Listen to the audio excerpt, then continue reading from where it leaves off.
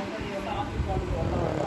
அப்படி பார்க்கும்போது இது ஒரு கட்சிக்கு ஒரு கட்சிக்காரர்களெல்லாம் வந்து அது வந்து ஒரு பெரிய ஒரு எனக்கு இழிவான ஒரு விஷயமாக இந்த கால அரசியல் நம்ம வந்து பேச முடியாது பேசாத. அந்த கட்சி இல்லாதனால அடுத்த கட்சிக்கு போறாங்க. ஏன்னா அந்த கட்சியில வாய்ப்பு அடுத்த கட்சிக்கு போறாங்க. அந்த கட்சியில் அந்த அளவுக்கு வந்து மரியாதை